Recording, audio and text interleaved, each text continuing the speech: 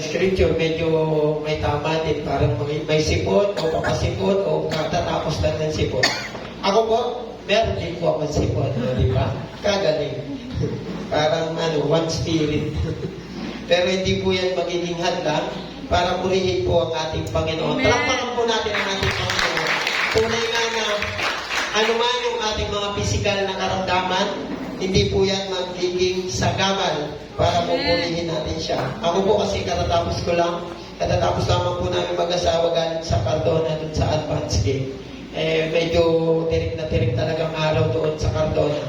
So, awa ng Diyos, pinalad naman po yung ibang atleta na taytay. Meron po kaming nakuhang 2 gold at 2 bronze. So, meron po kaming player na ipapadala patungo sa regional team na lalaban sa Laguna. No, siya magre-represent ng Rizal. So, yung ibang event po sa darating pang 20. So, inaanyayahan ko kayong manood. Open yun to public dyan sa may Taytay Sports Complex. No, so, maganda yun. Takbuhan yun. No, doon tayo makakakita ng mga agaw ng snatcher. No, mga snatcher. Mga tagahuli pala ng snatcher. No? So, again, magandang umaga po sa lahat. Kung tatandaan nyo po, nandito po tayo sa series of sermon sa Wider, yung ika-5 mensahe po natin. Papamagatan po natin itong gifted or His purpose. So, bago po tayo lahat mag-umpisa, let's bow our head and let's pray. Yes, Diyos ang mabanal, Diyos na makapangyarihan sa lahat. Ikaw po ang may hawak ng aming buhay. Sa iyo po namin inilalahat ang aming mga suliranin sa mga oras na ito. Makalinisin mo po ang aming mga puso para na sa ganun maayos po namin mapagkulay-kulayan ang iyong salita, Panginoon, na higing mo po sa aming mga buhay, Panginoon. Salamat po. Ito po ang dalangin sa pangalan ng Jesus. Amen. Meron daw isang masipag na janitor, no? Ang napansin ng isang may kaya o nakakaluwag-luwag na member. No? Kung ipapangalanan natin to, itago ko sa pangalang Arnel, no? Yung isang janitor. No? Meron daw nakakaluwag-luwag na membro ng simbahan. No? Ipapangalanan ko naman itong si Kuya Jun. Kuya Jun na lang, Ate Daisy sana ipapangalan ko kaya lang. At Kuya Jun na lang. No? Naobserbahan daw niya na regular na nagsisimba itong si Arnel. No? At dala-dala niya yung kanyang lumang bisikleta habang siya ay nagsisimba. Ilang buwan nang lumilipas, lagi niyang nakikita itong si Arnel na yun ang bitbit niya, yun yung gamit-gamit niya sa pagsisimba. Pagdating daw po ng linggo, inanyanyahan niya yung janitor na yun sa kanyang bahay. Wow, may pa-lunch break. Inanyayahan mong mananghalian, and pagkatapos daw po nilang mananghalian, niyaya niya ito si Arnel na kung pwede ay linisin yung kanyang garahe. Yung garahe ba, kasi medyo may kaya nga si Kuya Jun, pinalinis niya ngayon kay Arnel yung garahe niya. And sabi, pakisama na yung lumang motorsiklo na nasa likod ng bahay. Nilinisan naman ngayon ni Arnel yung kanyang motorsiklo. And pagkatapos, nung malinis na, binigyan ng bayad and sabay binigay yung susi ng motorsiklo. Okay? Sa ngayon, ito ay sa'yo na. Gamitin mo to habang ikaw ay papunta ng simbahan. So, sabi ng janitor, ni Arnel, hindi ko po yan madadala o mauwi kasi hindi po ako marunong mag-drive at wala po ako lisensya. Dumukot uli ng 1,000 peso bill itong si Kuya Jun at ibinigay kay Arnel. Sabi niya, tulungan mo akong isakay ang motorsiklo sa truck at ipagmamaneho kita pauwi. Para na sa ganun, makapag-practice ka na ng motorsiklo and pagkatapos kumuha ka ng iyong lisensya. Napakagandang gift, di ba? Makalipas ang 6 na buwan, napansin ni Kuya Jun na hindi naman ginagamit ng janitor yung motorsiklo. Nagpatuloy sa pagsisimba ang janitor sakay ng kanyang lumang bisikleta. Ngayon, nagtanong itong si Kuya Jun, nilapitan niya itong janitor, no, si Arnel. Sabi niya, bakit hindi mo ginagamit ang regalong ibinigay ko sa iyo? Tumawa lang ang janitor at sinabi, hindi pa rin po ako marunong magmaneho. At wala pa rin po ako lisensya. Nabigo ang nagbigay at merong lungkot sa kanyang puso. Ang regalong binigay niya na gusto niyang gamitin ni Arnel ay nanatili sa bahay ng janitor at muling naging maaligaw. Wala, nadumihan lang. Nandun lang siya, nakatiwak pa. Ano pong ibig kong sabihin at anong gustong ituro sa atin ng kwentong ito ay mamaya po natin malalaman. So, mga kapatid, ang Diyos ay nagbigay ng mga regalo sa atin. Lalo-lalo na dito sa simbahan. Ang tanong, o kahit na sa inyo, isang individual, talento o kaloob, spiritual gift, ngayon ang tanong, kinagamit ba natin? Sabi ko nga, nung pinagbulay-bulayan ko to, no? Ano kaya yung isang mga spiritual gift na pinagkakaloob pa sa akin ng Diyos? Kasi minsan, tayong mga tao, hindi tayo bukas dun sa mga kaloob na ibinigay sa atin ng ating Panginoon. Ngayon, tuklasin natin kung ano ang nais ng Panginoon na gawin ng bawat isa sa ating kaloob na ibinigay sa atin. Dalangin ko o we pray na kalabitin tayo ng banal na Espiritu sa ating kinauupuan. No, napakaganda nung text na binasa natin kanina mula po sa Roma chapter 12 verse 3 to 8. Ang mga kabanata ko sa una hanggang sa ikawalo sa Roma ay naglalaman ng mga doktrinang turo ni Apostol Pablo. Sa chapter 9 hanggang 11 naman, tinalakay ni Pablo ang mga implikasyon ng mga theological premises towards Israel. Diyan po natin yan makikita. In chapter 12, dinala niya tayo sa talakayan sa mga implikasyon ng theological teaching to the church in Rome. Bagamat malinaw sa mga nakaraang kabanata na ang kaligtasan ay isang regalo mula sa Diyos na binigay sa pamamagitan ng biyaya, sa pamamagitan ng ating pananampalataya. Ito ay sinadya upang baguhin ang buhay ng isang mananampalataya. Sinimulan ni Pablo ang talakayan sa nagsasabing, kaya't ipinamamanhid ko sa inyo mga kapatid sa pamamagitan ng mga kaawaan ng Diyos na inyong iharap ang inyong katawan bilang aking buhay, banal at kalugod-lugod sa Diyos. Kapansin-pansin po sa Roma chapter 12 verse 1, kung babasahin niyo po, dito po sa English na hawak ko, sabi niya, so, brothers and sisters, I ask you to respond to the great kindness God has shown us. Offer your bodies as a living sacrifice to Him. Live only for God and be pleasing to Him. Considering what He has done, it is only right that you should worship Him in this way. Muli niyang ginamit ang parehong salita. Sa chapter 8 verse 1, ano ba sabi doon sa chapter 8 verse 1? Balikan po natin. Sabi niya dyan, so now everyone who belongs to Christ Jesus has escaped the death sentence. Titingnan po natin, parehas po siyang gumamit ng so. Sa ibang translation, parehas na ginamit dyan, therefore. Ano ang gagawin ng mananampalataya sa mga spiritual na kaloob? Yan po yung ating pag-uusapan ngayong umaga. Ang linaw ng pagkakasabi sa atin ni Apostol Pablo na ang kaloob na spiritual na kaloob sa atin ng ating Panginoon ay kailangan natin gamitin. Sa bandang huli, binanggit niya yung mga kaloob na yan. Meron pong dalawang bagay ang gustong mangyari ng ating Panginoon sa ating spiritual na kaloob. Una po, the believer must have the appropriate attitude for the gift received. Nakita naman natin, tinanggap ng janitor, no, yung motorsiklo na ibinigay sa kanya. Ang mga mananampalataya ay dapat magkaroon ng angkop na salubin para sa mga kaloob na natanggap. Natuwa siya, binigyan siya, tinanggap niya. Ang pagkakaiba nga lang ng mga kaloob ng iba ay hindi ginagamit.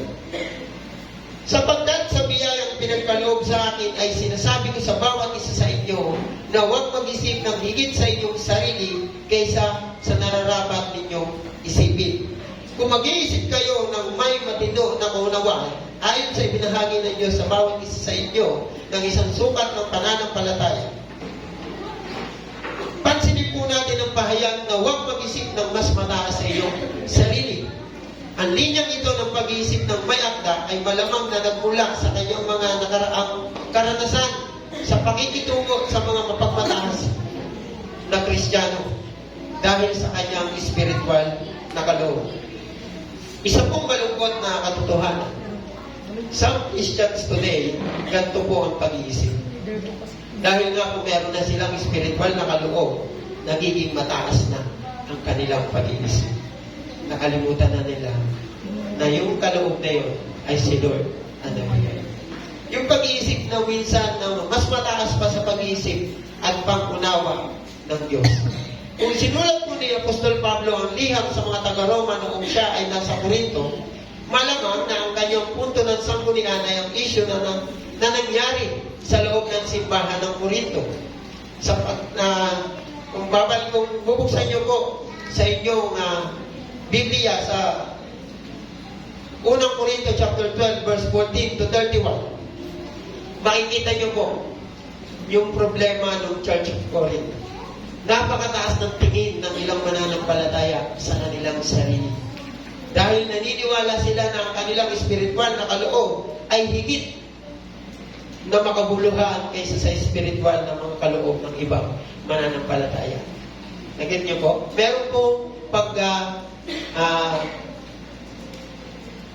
paghahalintulad, no? Pagkukumpara na yung kanilang spiritual na kaloob ay mas higit kaysa dun sa spiritual na kaloob ng ibang mananampalataya.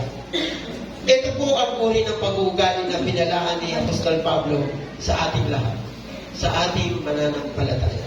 Ang mga kaloob po ng Espiritu ay hindi badge, hindi po yan lisensya, o hindi po yan rights, o karapat-dapat na nagpapalaki sa isang individual. Kumbaga, hindi po yan lisensya para tayo ay magkasala sa bagay na tinatawag na pagiging mataas. Ngunit po, isa po yung kwalya ng tagapaglingkod upang ang bawat mananampalataya ay makapaglingkod sa katawan ni Kristo at ang simbahan. Ang mga regalo po ay hindi binibigay para sa personal na pakinabang. Tandaan niyo po yan. Hindi po yan binigay sa atin para maging tanyag tayong tao. Ito po ay pinagkaloob alinman para sa pagpapatibay ng katawan o sa pag-evangelize ng mga nawawala para sa mga taong naliligaw ng landas o sa mga taong hindi naniniwala. Kung ikaw ay binigyan ng talino ng ating Panginoon sa pagtuturo, hindi po yan binigay para makilala ka bilang isang magaling na nagtuturo. Kung ikaw naman ay binigyan ng isang talento sa pagluluto sa kitchen, no? Hindi po yan ibinigay para maging sikat ka sa larangan ng pagluluto. Ang pag-iisip po ng mas mataas na tayo sa ating sarili ay hindi lamang issue sa pagmamataas, ngunit isang mapanganib po na katangian ng isang individual. Pag tayo po ay marami ng nalalaman, hindi po yan pwedeng maging lisensya natin para maging mapagmataas tayo sa ating kapwa. Sabi ko nga, napakasakit naman ng talata na to. Minsan, tayo kasi mga tao, pag meron na tayo nito at wala yung iba, ang tendency, lalanitin na hamakin natin ang iba. Ang isang tao po na mataas ang tingin o ang turing sa kanyang sarili ay mas mataas ang tendency na tumingin sa iba't ibang kakulangan ng kanyang kapwa. Kapag mataas ang tingin ng isang tao sa kanyang sarili, dahil po sa kanyang natapos na pinag-aralan, malamang mababa ang tingin niya sa mga hindi nakatapos ng pinag-aralan. Kapag ikaw ay mataas ang tingin mo, dahil alam mong nakatapos ka ng iyong pinag-aralan, mababa ang magiging tingin mo dun sa mga tao hindi naman nakapag-aral. Alam niyo po mga kapatid, no, siguro alam naman ng lahat, no? Ako po talaga ganun yung tingin ko sa aking sarili dati. ang liit ng tingin ko sa akin sarili dahil hindi naman po talaga ako makatapos ng aking pag-aaral. At lagi ko pong dinadala yun sa aking pagkatao noon. Lalo na po nung pumasok akong security guard. Sa uli po ng trabaho ko, merong maraming beses na ako ay nalait, natapakan dahil sa aking trabaho. Masakit na salita na narinig ko na maraming beses. No? Maraming beses na ako nakarinig na gwardiya ka lang. Alam niyo po yung pakiramdam na sinasabi ako gano'n, napakasakit. No, yung akala mo, anong masama? Diba? Maraming beses na, ipapatanggal kita dyan sa amo mo. Gwardiya ka lang. Alam yung mga tao gano'n na parang tingin sa'yo na napakababa. So, pero ngayon, wala na, immune na ako dun eh. Hindi na ako nasasaktan. Kapag mataas ang tingin ng isang tao sa kanyang sarili, dahil po sa material ng mga ari-arian, malamang na mababa din ang tingin niya sa mga dukha at kapuspalan. Pag tayo po ay nakakaluwag-luwag sa buhay, iba po ang magiging tingin natin, o malamang iba ang magiging tingin natin dun sa mga taong hirap sa buhay. Kapag mataas ang tingin natin isang tao sa kanyang sarili dahil sa kanyang mga achievement o kanyang mga nagawa, malamang na mababa ang tingin niya sa mga tao wala namang nagagawa sa buhay o walang ambag, walang kontribusyon sa komunidad. Ang mga ordinaryong tao. Ang mga bagay po na yan ang mga pangunahing dahilan ng pagmamataas. Pinag-aralan, pera, posisyon sa buhay, minsan nga yung personal na itsura. Minsan, nagagamit ka ng tao para maging mataas sila sa kanilang sarili. Maraming ganyan ngayon. May itsura lang, kung makalait, wagas. Diba? Minsan, diba pa yung tipong parehas kayo may itsura, tapos nanganak ka, tapos malulosya ka, wala na, alam mo na yung kasunod doon. Kaya mga kapatid, ang gusto po ng Diyos, linangin natin sa ating mga sarili na huwag umusbong yung pagiging mapagmataas natin. Dahil lahat ng kaloob sa atin ay galing sa Kanya. Hindi po natin yan pag-aari. Hindi po yung binigay ng Diyos sa atin para tayo ay maging mapagmataas. Ang saloobin at pag-uugali po na tinutukoy ni Pablo ay nagdulot ng malaking panganib sa komunidad ng mga mananampalataya. Isang katotohanan po na lahat tayo ay pinagkalooban ng Diyos. Nilagyan ng mga kakayahan para sa atin, para tayo ay maglingkod. Paglilingkod ang dahilan kung bakit binigyan tayo ng Diyos yan. Kung magaling ka magluto, gamitin mo sa kitchen department ng ACCS. Nandiyan ang Saturday School. Kung ikaw ay mayroong magandang boses na kaloob ng ating Panginoon, bukas po ang PAUD para pumasok ka at magpagamit sa ating Panginoon. Ang talento mo, no, na pagiging magaling sa musical instrument, gamitin mo para maglingkod sa Kanya. Dahil siya ang nagbigay niyan para sa ating sarili, para sa kaluwalhatian ng Kanyang pangalan. Ngunit dapat tayo maging sapat na mapagpakumbaba. Dapat humble lang tayo. Upang suriin kung paano natin ituturing ang ating sarili. Kung binigyan tayo ni Lord ng talent, ng maraming talent, abay you are blessed. But hindi po yan magiging lisensya para maghamak tayo ng ating kapwa. Lalo na po yung sinasabi natin, walang talent.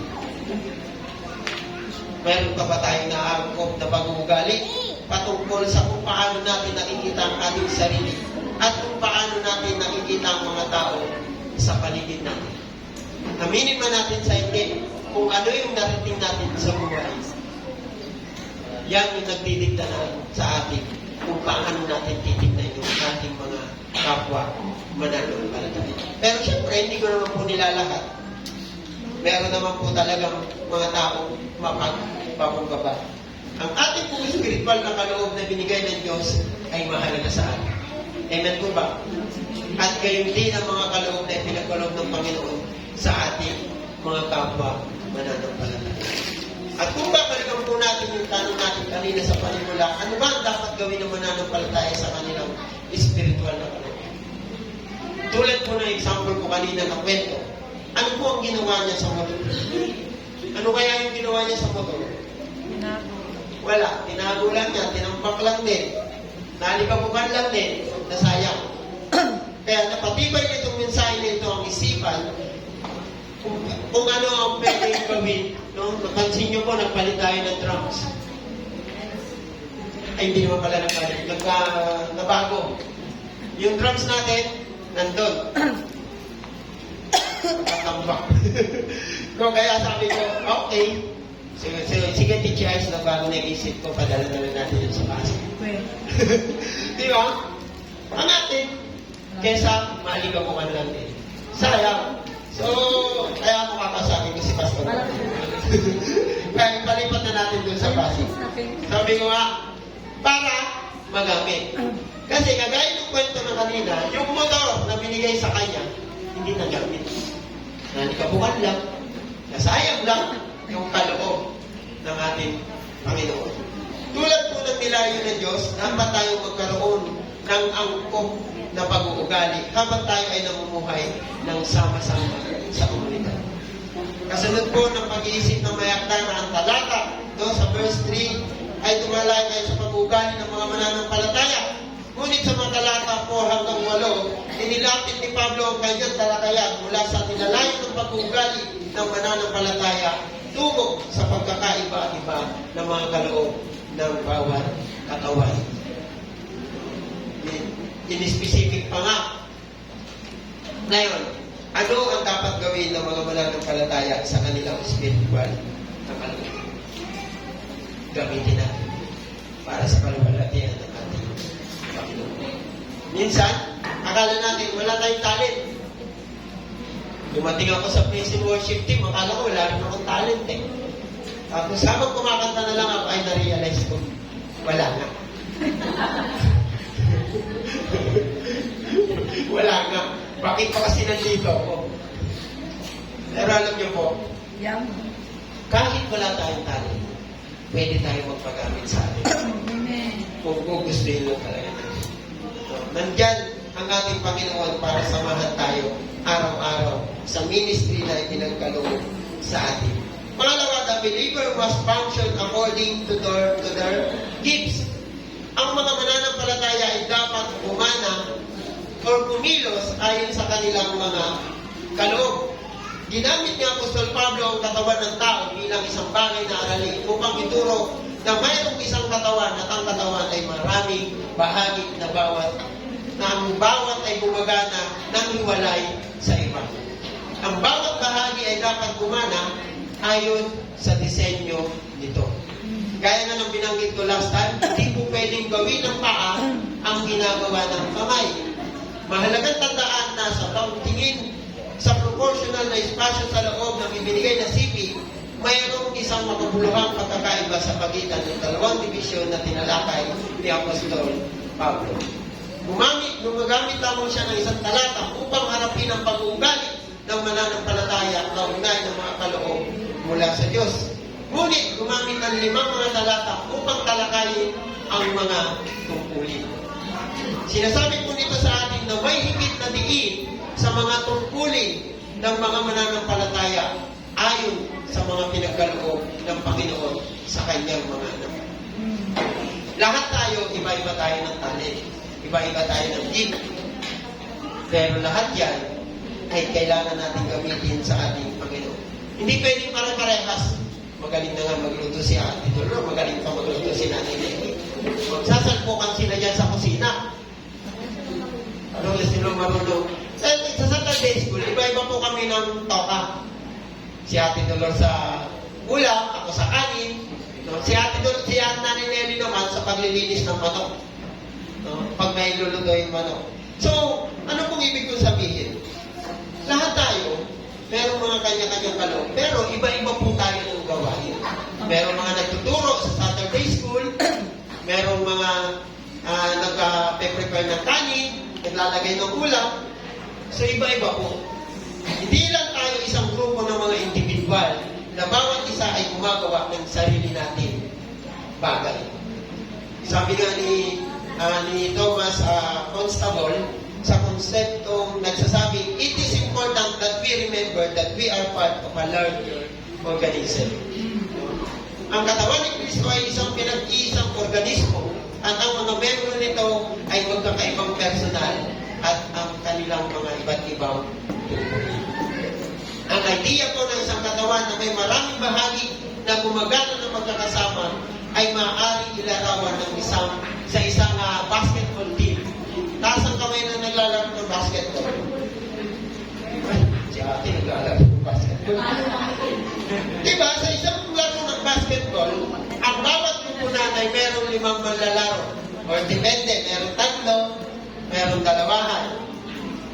Ang bawat isa ay may natatanging tungkulin o ginagampanan. No, kung sasaliksikin niyo po yung laro basketball, yan po ay merong mga 5 posisyon.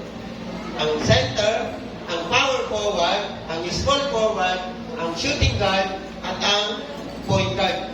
Lahat po sila, iba-iba sila ng tungkulin. Ang sentro po, ang trabaho niya, siya yung nagmamanipula dun sa loob. Siya yung kumikilos, rebound, at siya yung mga tagaharap ng mga tumitira. Ang power forward po, kadalasang posisyon yan, nasa wings. No, ang small forward, nasa wings din, pero magkaiba po sila ng posisyon or nung pinagagalawang tungkulin. Ang point guard po at shooting guard, ay halos parehas, pero magkaiba po talaga ng tungkulin. Ang primary point guard, siya po yung pinaka nagmamando sa kanilang lahat para sa kanilang gagawin sa loob ng court. Ano pong ibig kong sabihin? 5 tao, pero iba-iba ng tungkulin. Ganun din po sa ating katawan. Meron tayong 2 mata, 2 tenga, pero iba-iba yan ng tungkulin. Kapag ang manlalaro ay gumana ayon sa kanilang kakayahan, no, yung basketball team na yun, at magkakalaga at matagumpay na gumawa ng mga puntos, ang kanilang kupunan ay mananalo. Ngunit kung ang isa o 2 ay hindi tumilos, kung hindi yun ang trabaho sa loob ng court, tingin nyo, mananalo ba kayo? Yung center nyo, tutulog-tulog, laging natitirahan sa loob. Gustahan, hindi po kayo mananalo. Sa ating pong sa usaping Kristiyano po, tayo pong lahat, no, ang wider nga natin, ang motto ngayon ng tama ko, plus 1. Kung hindi po tayo kilos, hindi po tayo makakapag plus 1. Hindi po tayo mananalo. Kung yung spiritual na kaloob natin ay mananatili lang sa loob ng ating isipan at ating katawan, ay wala pong mangyayari. Sabi nga, di ba? Ano yung Great Commission? Obey. Obey the Great Commission. Ano sabi niya doon? Go and make disciple. Pero hindi po mangyayari yun kung tayo po lahat ay nandito lang sa loob ng simbahan. Hindi po mangyayari yan kung hindi po tayo magbabahagi ng salita ng ating Panginoon. Kaya, yung rider po, mas maganda pag natapos natin itong series of sermon ng rider, eh marunong na tayong mag-disciple ng ating kapwa mananampalataya. Lalo na po yung mga taong hindi pa nakakakilala sa ating Panginoon. Alam niyo po, sasabihin po namin sa World Religion and Courts. Merong sabi ni Pastor Dave Tomyan, sa India daw po, meron po doon isang lugar na merong 300 million ang population. And 100,000 lang daw po doon ang Christian. So, napakahirap magbahagi ng salita ng Diyos sa kanila. Dahil ang kinikilala nila o ang pinaniniwalaan nila eh si Lord Jesus Christ is isang ordinaryo tao. Wala siyang ampag, wala siyang dama, hindi siya Diyos. At napakarami nilang Diyos. Diyos yung baka, Diyos yung daga, Diyos yung bibis. Diyos, Diyos nila lahat doon. Pati ibis, Diyos nila. Mga kapatid, pag hindi po tayo kikilos, hindi po sila makakakilala ng salita ng ating Panginoon. Malay mo, yung kapitbahay mo pala, taga-India, na bahagihan mo ng salita ng Diyos. Hindi pagbalik niya dun sa kanyang bayan, siya na magbabahagi ng salita ng ating Panginoon sa kanyang mga kababayan. Pero, napakahirap po talaga magbahagi ng salita ng Diyos. Kung mananatili lang po tayo dito sa loob ng ating simbahan. Nilarawan po ni Apostol Pablo ng idea na kailangan natin ipakalat ang ating spiritual na kaloob para po sa kaluwalhatian ng ating Panginoon. Mga kapatid ko, ang ating mga talento ay natutulog lang. Baka gusto niyo na pong gisingin. Kagaya po ng praise and worship team, nakita niyo naman po kanina, walang organ. Bakante ang organ. Pag wala, si Kuya J.R. Kaya mga yung teens, baka naman, gisingin nyo na yung natutulog na kaloob sa inyo ng ating Panginoon. Masarap po maglingkod sa ating Panginoon. Amen. Maniwala kayo sa inyo. Sulit ang puyat nyo. Sulit yung sipon na nararamdaman nyo. Sulit yung paos. Pag kayo ay umaawit sa ating Panginoon, kahit paos kayo, nakita nyo naman kanina, kahit kinokontrol ko na yung mixer. Nakikita ko pa rin, naririnig pa rin natin yung lakas ng kanyang boses. Dahil, yung boses na meron tayo ay kaloob ng ating Panginoon, kaya dapat ginagamit natin sa Kanya. Amen. Dapat tayo magkaroon ng angkop na salubin para sa mga kaloob na natatanggap natin at gumana ayon sa ating mga kaloob. Ngayon tanong, paano natin nakikilala ang uri ng ministeryo kung saan tayo nababago? Sumasali ba tayo sa isang ministeryo dahil maginhawa sa atin? Nandiyan ba tayo sa ministry na pinagkaloob sa atin ng Panginoon dahil wala lang? Nakikibahagi ba tayo sa isang ministry dahil sa palagay natin ay kailangan tayo? Kung yan po yung mga dahilan kung bakit tayo nakikibahagi sa isang partikular na ministry, tayo po ay magiging tamang tao sa maling lugar. Dapat po tayo kumilos ayon sa ating mga kaloob. Nakikipag-ugnayan tayo at magbiministry tayo kung saan tayo likas na matalino at likas na tinalaga ng ating Panginoon. Naniniwala po tayo na kaya tayo nandiyan kasi diyan tayo dinala ng ating Panginoon. Ngayon tanong, paano naman natin malalaman if yung pinabibilangan ba nating ministry sa church ay talagang dito na ang ating tunay? O, diyan pa talaga ako dinala ng ating Panginoon? Paano po kaya? Kung ang mindset mo ay para parangalan ng ating Panginoon, luwalhatiin siya, sambahin siya, at dakilain, yan, tama yan. Yan ka talaga dinala ng ating Panginoon. Pero kung ginagawa mo lang yan, para ipagyabang, ay, member ako ng praise and worship team ng ACCS. Sigurado ako, mali yan. Nasa maling lugar ka. Dahil dapat, pag dinala ka ng ating Panginoon diyan ka dinala talaga ng ating Panginoon. Hindi para ipagyabang. Pero mga kapatid, saliksikin po natin maiging ang ating mga puso. Nasa pag ba ako dahil magaling kung magandang boses ang meron ako? Nasa kitchen department ba ako dahil masarap lang ako magluto? Ginagawa ko ba itong ministry na ito para sumikat ako? O maging malakas ako sa pastor dito? Minsan, sisip-sip na lang ako sa pastor. Punta na lang ako ng Saturday school. Mag-commit na lang ako. Tandaan po natin mga kapatid, ang spiritual po na kaloob ng Diyos ay pinagkaloob sa atin. Gamitin natin ang mga ayos. Para po sa kanyang kaharian, sa kaluwalhatian ng kanyang mga. May mga taong natatakot mag-commit sa gawain ng ating Panginoon. Pero hindi ko na po sila masisisi. Dahil naniniwala ako na pag kinalabit ka talaga ng ating Panginoon sa ministry, papasok at papasok talaga. Hindi po yan dahil gusto ko lang. Hindi, parang kailangan nila ng tulong ko. Naniniwala ako na ang Diyos ang gumagawa ng lahat para sa amin. Kaya mga kapatid, sa inyo na alam na ang inyong mga spiritual na kaloob, lapitan at ibigay sa amin ang inyong mga regalo at makikita namin ang tamang ministeryo para sa inyo. Doon po sa mga taong hindi pa nila alam ang kanilang spiritual na kaloob, pag-pray nyo po. Saliksikin nyo inyong mga sarili para matuklasan nyo yung spiritual na kaloob na ibinabahagi sa inyo ng ating Panginoon.